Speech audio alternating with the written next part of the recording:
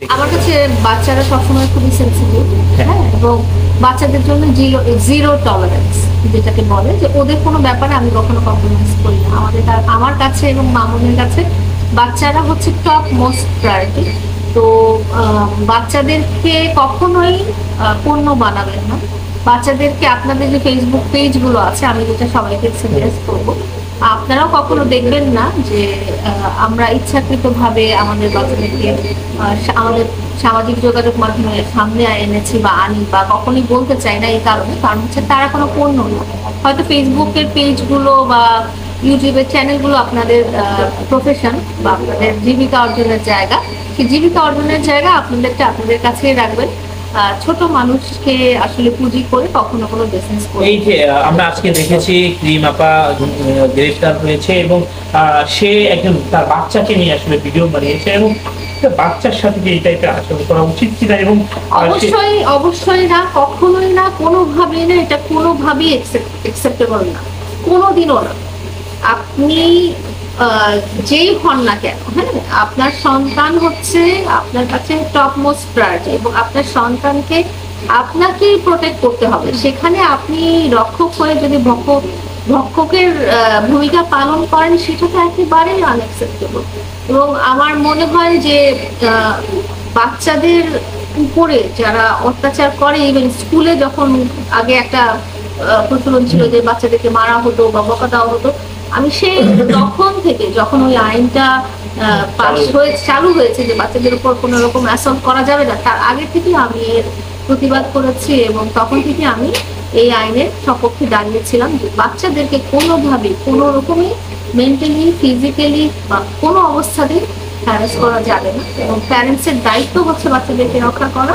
আর প্যারেন্টসের দায়িত্ব হচ্ছে যে আপনারা সামাজিক যোগাযোগ মাধ্যমে বাচ্চাদেরকে আনবেন। এটা আমি আপনাদেরকেও অনুরোধ করব যে আপনারা নজর বলে একটা কথা আছে, কিন্তু হ্যাঁ, আপনার সুন্দর বাচ্চাটাকে আপনি ভাবলেন যে একটা সুন্দর একটা ভিডিও করি, কিন্তু ওটাতেও কিন্তু মানুষের নজর লেগে যায়।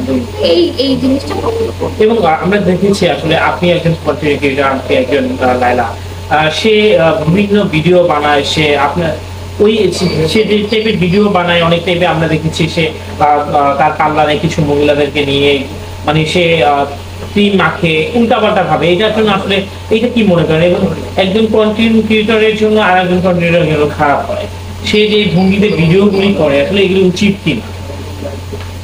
আসলে বিনোদনের জায়গাতে না আপনারা অনেক কিছুই দেখবেন, আপনারা ভায়োলেন্সও দেখবেন। সিনেমাতে যখন দেখেন না চরম ভায়োলেন্স, যেখানে খুন খারাপি, রেপ, এই ধরনের সিনও কিন্তু দেখানো হয় সিনেমাতে। হ্যাঁ, অনেক এক্সট্রিম লেভেলের ভায়োলেন্সও দেখানো হয়, এবং সেটা একটা টাইমে সেন্সর বোর্ড পাস হয়েও কিন্তু সিনেমা হলে মুক্তি পায়। তো সামাজিক যোগাযোগ মাধ্যমে আসলে এই ধরনের কোনো সেন্সর বোর্ড বলে কিছু নেই, কিন্তু আপনি কোনটা নিবেন, হ্যাঁ, সেটা হচ্ছে আপনার উপরে। আপনি কোন ভালোটা নিবেন বা খারাপটা নিবেন।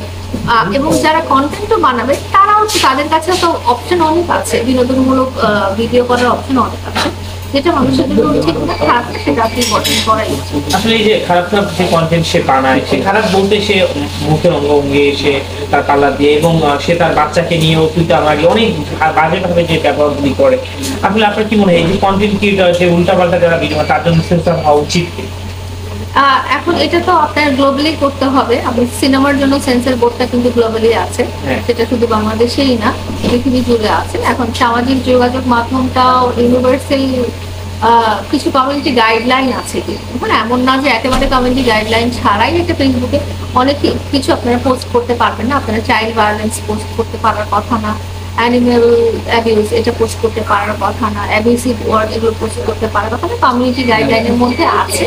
এখন ওনারটা কেন পড়েনি কমিউনিটি গাইডলাইনের মধ্যে, ফেসবুক কেন মনে করেনি যে ওনারটা কমিউনিটি গাইডলাইনের মধ্যে পড়েনি, এটা তো আমি আসলে বলতে পারবো না। বাট আমার কাছে জিনিসটা কষ্টদায়ক লেগেছে। আমার কাছে এত ছোট মানুষকে উনি হয়তো বুঝতে পারেননি, ওনার হয়তো শিক্ষা লেভেল বা ওনার ফ্যামিলি পারিবারিক ব্যাকগ্রাউন্ড বা ওনার নিজের বেড়ে ওঠাটা হয়তো ওইরকম একটা পরিবেশের মধ্যে হয়নি, দেখে উনি একটা মা হয়েও এরকম করেছেন।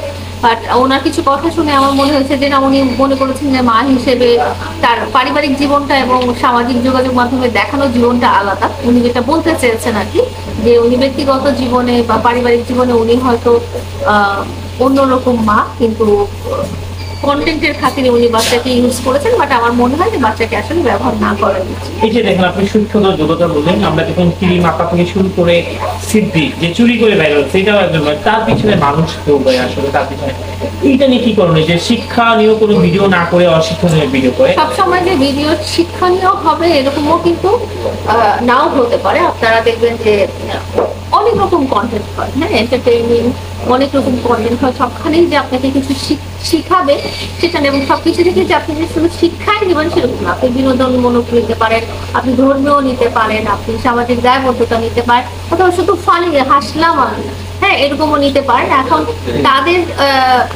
কোন মানুষটা ব্যক্তিগতভাবে কিরকম, আসলে মানুষের দুটো লাইফ থাকে। আপনারা বা আমরা যেটা করি কি, আমরা সোশ্যাল মিডিয়ার লাইফটা এবং আমাদের পার্সোনাল লাইফটা মিলিয়ে ফেলি, এটা আসলে মিলানো উচিত না। সোশ্যাল মিডিয়া লাইফটা আলাদা এবং পার্সোনাল লাইফটা আলাদাই। আপনি যদি বলছেন শিক্ষণীয়, কিন্তু এই যে চুরি করে ভাইরাল হয়েছে এটা কোনো কথা?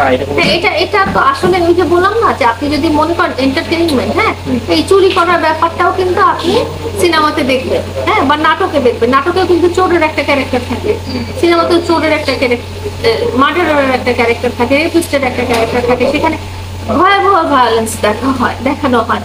সেটা দেখেও কিন্তু যুব সমাজ শিখতে পারে। তাহলে কি আপনি ওই ধরনের খালি শুধু প্রেমের সিনেমাই কি হয়? সেরকম তো না, অ্যাকশন মুভি হয়, হ্যাঁ, অ্যাকশন মুভি হয়, ফানি মুভি হয়, যেখানে সব ক্যারেক্টার থাকে। তো আপনারা যদি মেইন মিডিয়া স্ট্রিমে এটা দেখাতে পারেন